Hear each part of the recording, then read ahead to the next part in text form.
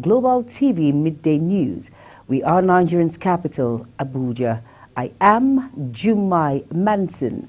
President Bola Tinubu has hinted at plans by his administrations to address what he termed historical inadequacies of political policy making, which had been impeded by a lack of comprehensive data in Nigeria. He regretted the lack of comprehensive data, saying it had been a technological difficulty that has hindered the growth of Nigeria and the entire Africa, hampering ability to make informed governance decisions. President Tinubu stated this on Thursday during the 2023 Comptroller General of Customs Annual Conference at Lagos Continental Hotel, Victoria Island, Lagos. The president, who was represented by the conference by his deputy Kashim Shettima, said because data is guiding light in the ever-evolving landscape of the modern world, Nigeria can no longer afford to function in the dark. Minister of Art, Culture and Creative Economy, Annatu Musawa said the ministry is set to establish a national museum and national theatre in a creative city to be located in Abuja. Musawa made this known while defending the budget of her ministry before the Senate Committee on Arts, Culture and Creative Economy at the National Assembly. According to a statement signed by her Special Assistant on Media, Ineka Ikem, Musawa stated that the establishment of two projects are top on the list of projects of the ministry, and they are intended to create jobs for Nigerians. She stated that this can only be achieved when the Senate passes the budget. Federal universities, polytechnics and colleges of education have been taken off from the Integrated Personal Payment System, IPPIS. Minister of Education Professor Tahir Mamun disclosed this while briefing State House correspondents alongside other ministries on the outcome of the FEC meeting. According to it, it takes immediate effect. Uyi Agbomofuegbe has details. The federal government in 2006 introduced the IPPIS as one of its reform initiatives for the effective storage of personal records, saying the move would improve transparency and accountability. The exemption approval reached during FEC's meeting at the Presidential Villa in Abuja comes as a relief to tertiary institutions across the country. According to the Minister of Education, FEC also observed that vice-chancellors of universities need not abandon their work to come to Abuja to process the salaries of their personnel. A very happy day for the education sector because one of the problems which the vice-chancellors, rectors and provosts of college of education, those managing the tertiary sector in Nigeria, have been complaining about having the subscription to IPPS. You know what IPPS does? And which has made recruitment and many other activities of the university relating to personnel very, very difficult. Now today, today's council, it has been decided, the president has directed that vice chancellor should no longer or have been taken out of that service. So this is a very, very important development for the vice chancellor that will allow for efficient management of the universities and tertiary education, generally speaking.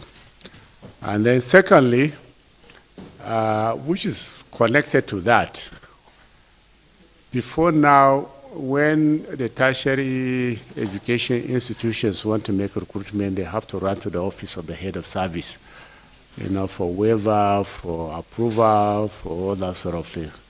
Today too, the council, through the directive of the president, has exempted them from that they will have nothing to do. They don't have to go to the office of the head of service because it is actually not in their line of supervision.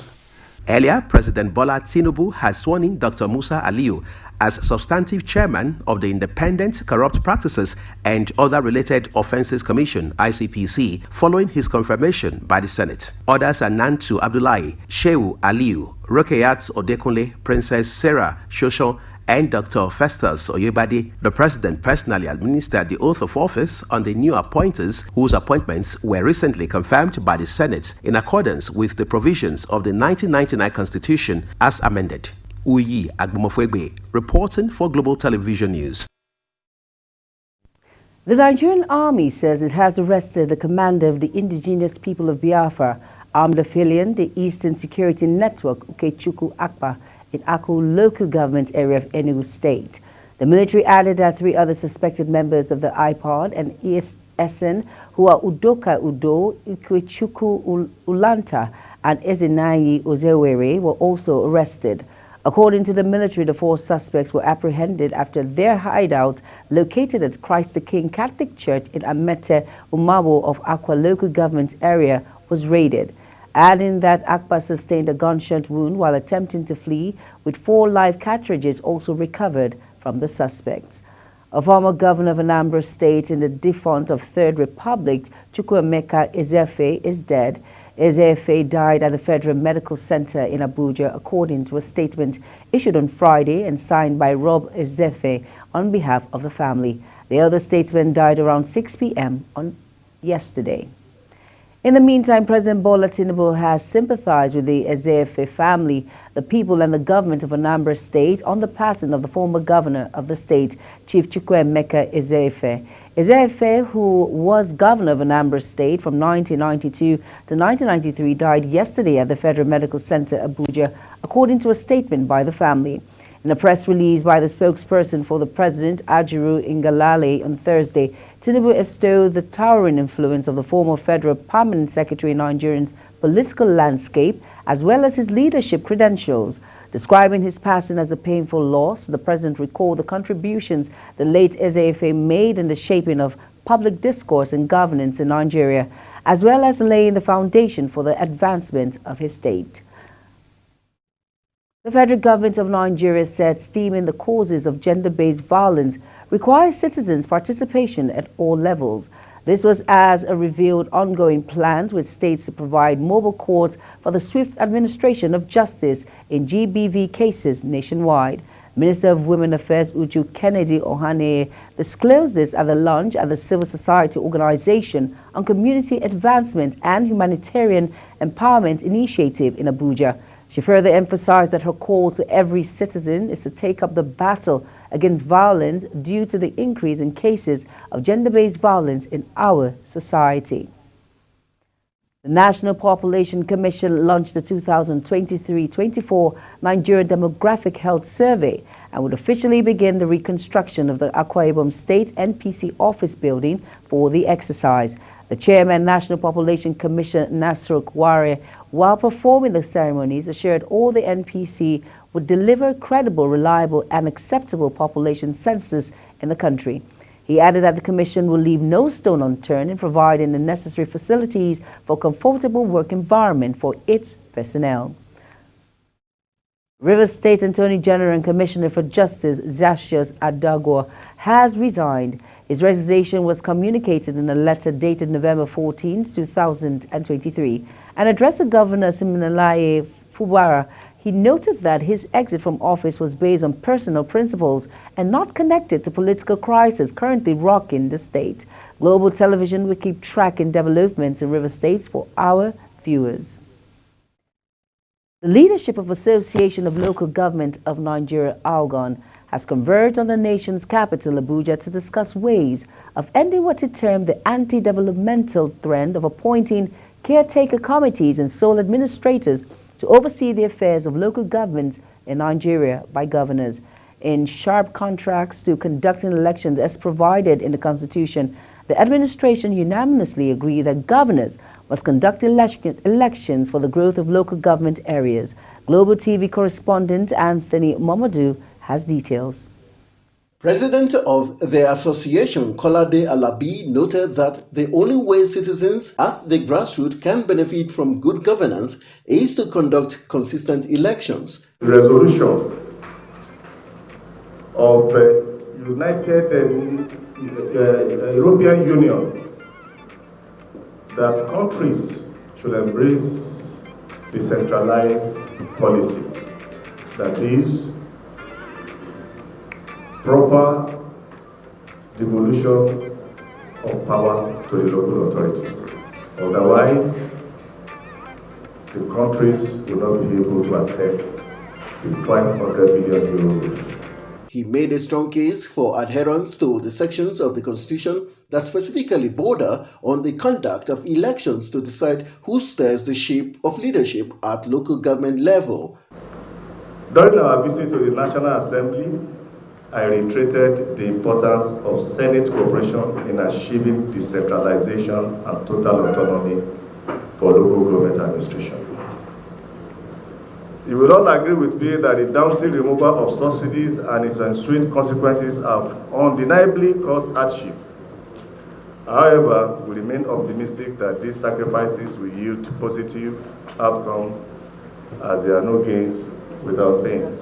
Local government administrators from Delta, Kogi and other states lent their voices on the benefit of grassroots elections into local government positions. The importance of democracy, or the definition of democracy, is government of the people, by the people. Therefore, it will be very wise and good if local government will always have a democratically elected representative. That will give way for maybe managing the local government resources effectively and efficiently. And equally, if you look at all this issue of security challenges, it will be very good if you have democratically elected people. They will take care of their people. But once local government is always under caretaker committee chairman, it's somebody that will be given 6 months, they don't have time to plan, talk less of executing it. So therefore, the importance of election in the local government is very, very important and is paramount. The current move by the National Assembly to repeal the laws backing state government's interference in the administration of local government is, amongst other things, crucial and dicey. Anthony Mamodu reporting for Global TV News. The National Agency for Food and Drug Administration and Control has announced the pre-qualification approval for the agency's Yaba Laboratory, Lagos State, as Central Drug Control Laboratory. The Director General of NAFDAC, Mojisola Adeyeye, disclosed this at a news conference in Abuja on Thursday. She stated that the World Health Organization had recently approved the CDCL, adding that the approval of the laboratory for the agency was a significant milestone in its dedication to ensuring the safety and quality of pharmaceutical products.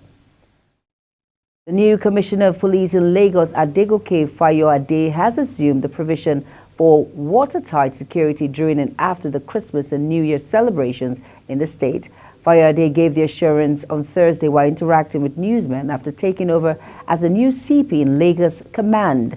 Fayoade took over the baton of leadership from Wahid Ayilalari, who was the acting CP, stating that the command was going to work in synergy with other security agencies to secure all areas of Lagos through the air, land and water.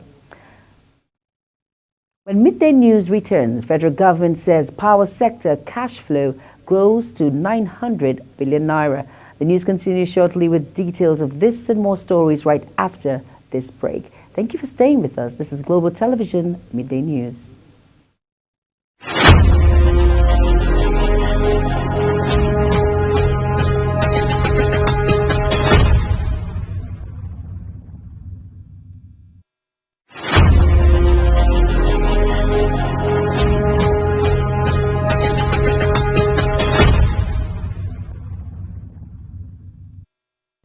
You're welcome back, and if you're just tuning in, this is Global Television Midday News. Now, on our foreign decks, Nigeria's ruling military has agreed to terms and conditions of the transition back to civilian rule and will present plans to regional bloc. The chief diplomat from mediator Togo announced Thursday, speaking on Nigeria's national television. Togo Foreign Minister Robert Duse said he had reached an agreement on the content and timing of the transition with Niger's junta-approved Prime Minister Ali Mohamed Zain and Foreign Minister Bakari Sangare. The sanctions and suspensions of international finance aid have left Niger, already one of the world's poorest countries, economically hanging by a thread. South Sudan's head of the UN's mission, UNMAS, Nicholas Hayson, says the country is in no position to hold free, fair to secure election slated for December 2024. Hayson, who said this while briefing the UN Security Council, noted there is still time to catch up with the conditions. He outlined key conditions required by April 2024 for moving ahead according to the agreed timeline. This includes a new permanent constitutional framework, voter registration details, an election security plan, well-trained, equipped and unified security forces and mechanism for resolving disputes over results.